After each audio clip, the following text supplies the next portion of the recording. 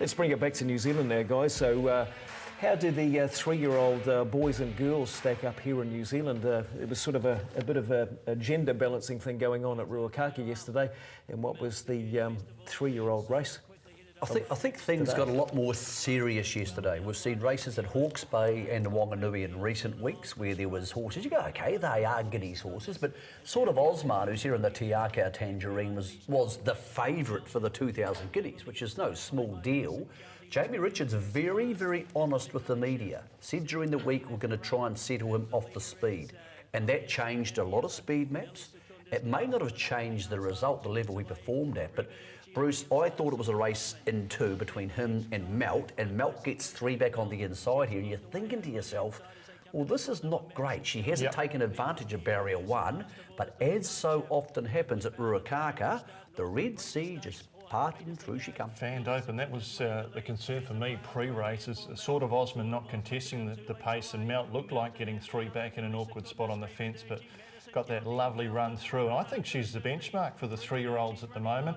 Sort of Osman, well, there's two of him, isn't there? He's brilliant one day and then he can be pretty moderate the next, and he was disappointing. She'll get the Group 3. Second over Madison County. Third Rivaderci. Then came after a gap Nulli Secundus. And behind them next then... You can see what they were thinking with sort of Osman, because they want to get to 1600 and you need to have two strings to your bow to get to 1600. But let's not ignore Melt. I mean, gee, she was good. That's 2 weeks in a row. She's been fantastic. If it wasn't for Avantage last year, she would already be a Group 1 winner. She now heads that market alongside Avantage, who we haven't seen, so she has to come back and reprove herself. But Sammy Spratt rode, I think she's always Ruakaka as good as anybody, maybe better, and here's her thoughts after Melt did the job yesterday in the Breeders'. She's so gutsy, really tough little filly, and you know, it was pretty tight around the corner, and she was sort of bashing into the rail, but didn't seem to worry her. And you know, I think that really makes a good filly when you've got a tough individual. Right, early stages of the race, you had barrier number one, and there was always going to be that pressure to come in front of you. How did she travel in the first half of the race? Yeah, she travelled beautifully. She actually jumped to right, but I sort of never wanted to sort of go, but I didn't want to sort of give away my posse, and you know, and then when they came across, she came back to me lovely, and yeah, as I said, just got the split, and I didn't need to panic too early because she's got a pretty good turn of foot, and yeah, as I said, I know she can push through pretty tight gaps. Yeah, and look, a horse who's shown that turn of foot again. She seems to be heading in the right direction with what's in front of her, especially with the likelihood of getting to 1600 metres. Yeah, I don't think she shouldn't have a problem with a mile, and as Nigel said, you know, you can always take the blinkers off if she does get a little bit keen, but she didn't seem to, or hasn't seemed to so far, so I don't think there'll be a problem.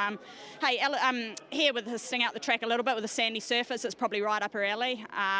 You know, how she'll be if she got a real rock hard track, I don't know, but you know, at the moment she's heading right in the right direction for the 1000 Guineas. He got a bit out of his ground, and I knew Melt was always going to get the dream run on the inside, but you know, he's a different horse to track work to race day, and he's shown us how good he is, and I think once he gets over 14 to a mile, he'll be away laughing, so really looking forward to it. Yeah, he showed really good gate speed, and came out sort of just entering the top of the straight, and got a little bit lost when he got out, and hey, it was a real sound effort. It's only his second race day start. Yeah, he a bit disappointing today. Yeah, he jumped okay, and then once I get some cover, I was pretty happy, and then he was relaxed too. He did travel up underneath me, and then at the straight when I asked him something, and he just giving me nothing, and last 200 he just giving up. Yeah. Okay. Yeah. Do you think anything had to do with what happened before the race, where he did play up? Yeah, could be. Yeah, he did rear up twice, and then he got stuck his leg on the barrier. Yeah, maybe that's the reason. Yeah. So big questions around one of the glamour horses leading into the 2000 Guineas at Riccarton, expressed there by the jockey Shafiq. One-track pony and 1600 metres, the big questions. Yeah, I don't know. On his day, he's super. Yeah. He's as good as any horse in the country, but we've seen him a couple of times, even the Karaka Millions. He didn't fire on that day either. But they won't be going back again, will they? They've got no choice. I don't think going back was the key to it. I don't think he went any good. Right. I mean, a lot of horses ran past him in the straight. I think Madison County was the run of the race, and the market's going to reflect that. I mean, poor old Madison County, he's in the China Horse Club colours, so no matter what he does this season, he won't be the best three-year-old to race in the China Horse Club colours this year because Justify won the Triple Crown of them. But against the pattern of the day, the inside was hot. Yep. and he just made up a stack of ground. He was fantastic. So that market is going to see him moving to $6 for the 2,000 guineas. Sort of Osman's gone the other way. He's gone up there. So 2,000 guineas. Obviously, the 2,000 guineas is before the 1,000 guineas. And the question now, Bruce, is this. Do the connections of Avantage, but more importantly on that run, Melt, do they say to themselves, because in the old days you could go to 1,000 guineas and then add the 2,000 as a bonus. Make a prisoner of your Group 1. Exactly, but if you go here for Melt to the 2,000 and it doesn't go the way you want, does it stuff up your 1,000 prep? Nigel Tiley is one of the sharpest operators in the game. I think he'll be assessing how the colts and fillies develop over the next 6 to 8 weeks before making a firm decision. It could be that the colts aren't as good this year. What did you make of Riva Durci? Big son of Reliable Man, and Lance Noble said, look, we need to find 10 seconds because he won on the heavy. I know it was a tongue-in-cheek comment, but he looks a real horse. Yeah, he does, and he's going to love the mile, but he's still got a bit of ground to make up on a horse like Melt. Well, the way he gets over the ground, I wouldn't be surprised if he's a Derby horse. Yeah, for sure. Reliable Man, he should be I think that's the best 3-year-old race we've seen this season. I know it's only very early doors and Avantage comes back next week for the Gold Trail, but look, it's a starting point and the market's changed an awful lot there. There's the market for the 1,000, so each of 2, 4.5, and Very Elegant turned up during the week at Manamatta and just spanked them. Peaceful, I think, could end up in Australia, so I wouldn't be backing her anytime soon. But Media Sensation, I thought, was disappointing in its last trial, but a lot of horses are having quiet trials at the moment. Santa Catarina was in the T-Rose yesterday. They're leaving their How'd she options go? I open. didn't see that. She was disappointing, I thought. Okay. So she's also a chance of coming home if they're not happy with her over there. What do you make of Very Elegant, who admittedly wasn't in a strong field, but went to the 65 the other day at Manamatta and just hacked up? We probably only see her because the pending sale didn't go through, and that's my concern in terms of a future with her. The money they're talking about that's been rumoured is enormous, and I'd be... So that's obviously to Australia because it's not going to Hong Kong if it's a filly. Yes. So. Yeah.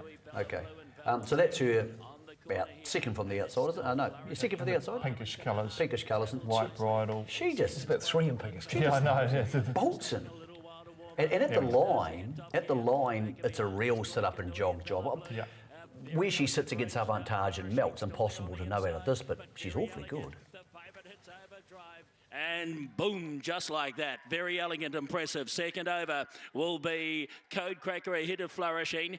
Then a lineup for fourth between... Melt's put that pressure on Avantage for next week. She's going to need to turn up at least as good as last season because she wasn't. She was superior to Melt last year, but it wasn't glaringly superior. So Sheldon, I would think she's going to need to turn up and do a good job next week heading forward to the 1,000 guineas. Does breeding come into this, the 1,600 metres? We saw Prom Queen last year, 4 flat. The dam of the horse you're talking about, Melt, Ticklish would be the fastest horse I've ever seen over 1,100 metres.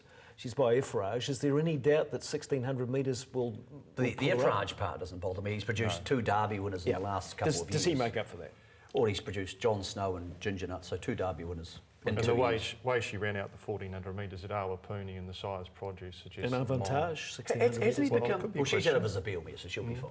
Hasn't he been one of the great stories of breeding in the last couple of years, Effrage? Yeah. About 2 years ago, he was standing at 15,000, and he's produced John Snow, Derby winner, obviously Ginger Nuts. Ribchester's been enormous in England, and then a filly like this turns up, and you just go, how was he $15,000? But he was, and now he's more. So we're talking about the 3-year-olds leading into 1,000 and 2,000 guineas week at Riccarton, of course. But wait, there's more, like a Lincoln Farms 3-year-old colt that lined up first time at Woodville during the week in the famous colours and with a massive wrap. Ready Lincoln to run Falls horse by done deal and cost them 200, and he's worth every cent. They don't sit 3 wide on debut and win this arrogantly. And look at him there, a little bit of done deal on his face, Bruce. And Yep, the purple colours with the white face getting to the outside finishes off really well and creates a really good impression. There's a number of other horses marked there, also entered for the 1,000 and 2,000 guineas, but very smart performance this. Swept up on the lead and as green as grass, but boy, oh boy, is that a motor. And Lincoln Falls got it from either Got the Call, Heart of Stone, and Flying Home. So if we line those 2 midweekers up, Very Elegant and Lincoln Falls, what are we thinking there between the two? I think the market's crazy on this one. I know he looks very good, but he's coming to second favourite at 12,000 for the 2,000 Giddies Well, off a Woodville wet track win. If you told people on Thursday morning sort of Osman and Lincoln Falls would be at the same price on Sunday. So $12 is too short, but they're a betting camp, not least Letter, but the owners, and maybe they're scared they'll cop some money on them. But a long way to go to prove, but he's nothing. There's no pot on both his trials wins heading into that was super. So good to see Dundee doing a good job. A lot of people paid good money for them because they're good-looking horses. And Bruce, they seem to have inherited Dad's abilities. And they're always going to get better at 3. We saw a couple winning at 2, but now we're seeing what looks like a nicer cross-section of horses at 3-year-old.